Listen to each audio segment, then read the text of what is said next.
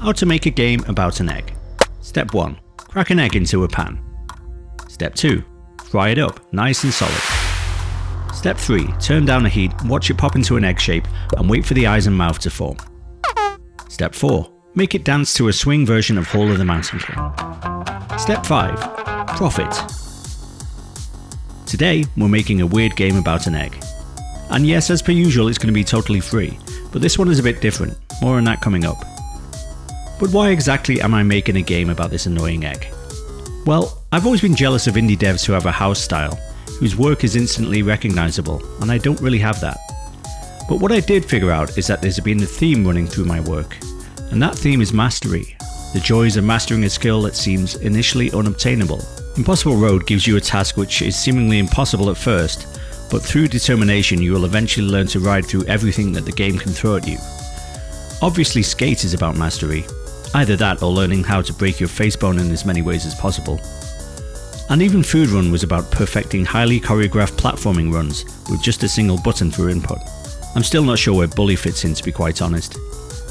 So I wanted to make a game which is designed from the ground up around this theme, and an egg is symbolic, the perfect shape in nature, even if this one is particularly irritating.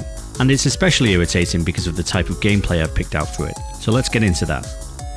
I'm a big fan of Philipp Stollenmayer's games like Bacon, Pancake and Zip Zap. His stuff is instantly accessible through simple controls and presentation, but the simplicity belies a depth to the mechanics due to the 2D physics. There can be a lot of nuance to beating a level of Zip Zap, or landing some bacon on top of a pigeon, or landing some bacon on top of the Invisible Man, or landing some bacon on a badly drawn T-Rex. So that's what I'm going to do with my cursed egg. I'm going to make a Philipp Stollenmayer style game, about the joys of mastery. Let's start by making an egg. I could use Unity's Sprite to 2D collider system to make a polygon collider for the egg, but to make the collision perform nicely, it's better to make the collider out of circles, like this.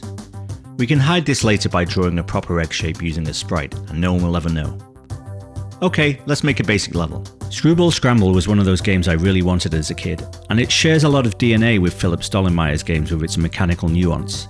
So let's start with a level based on the first part of that game. This is going to be a single button game, so I'll tether the platform using hinges and make the platforms respond to the buttons using springs. And while we're at it, this should be a phone game. It's going to fit really well on mobile. Let's give it a try. Yep, just as annoying as Screwball Scramble. But crucially, it can be mastered. Okay, let's make another level. This one is based on timing. Activate the flipper at the right time and you can jump through the hole. And another level. This one looks the same, but it does something a bit different. What?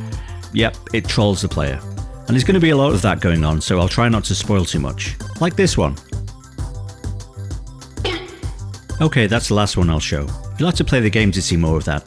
Flippers are cool, but there's a lot more we can do. This level has a platform which is released when the player presses the button. I added these rotating things that change direction when you hold the button down. Put them together to make an egg conveyance system. And this L-shaped variant is going to need a lot of skill from the player. Let's move on to the visuals. If this is going to be a game about mastery, I want the game to be instantly readable, so I'm going for a minimal style, black and white on a colour background. White elements respond to the button presses, so you can tell instantly what the interactive parts of each level are. These small circles indicate hinges, kind of like screws or bolts. And I added numbers to the levels to give you a sense of progression. While I'm talking about level numbers, I'm going to do something interesting with the game structure. There are going to be no lives in the game, but instead, if you fail, you'll go back to the previous level. This does a few things. First, it's easy to communicate. Make the egg go right to progress, fail and the egg goes left. Second, it means your playtime is concentrated on the levels you're having difficulty with, helping you to master them. And finally, it's pretty funny when the player gets psyched out and fails backwards through half the levels they beat. Yep, pretty happy with this mechanic. Well done me. Right then, let's give this egg some character.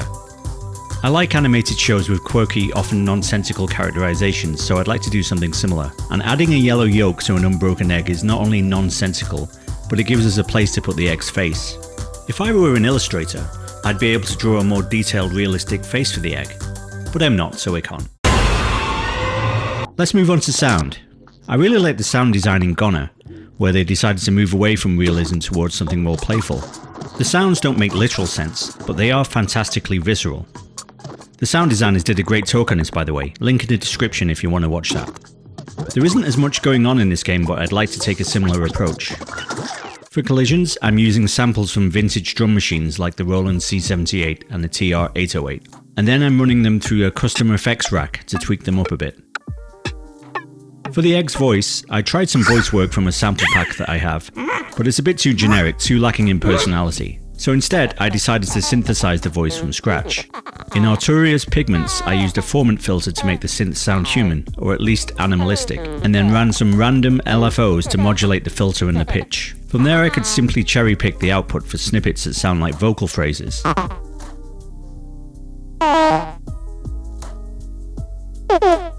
Here's how it all sounds together.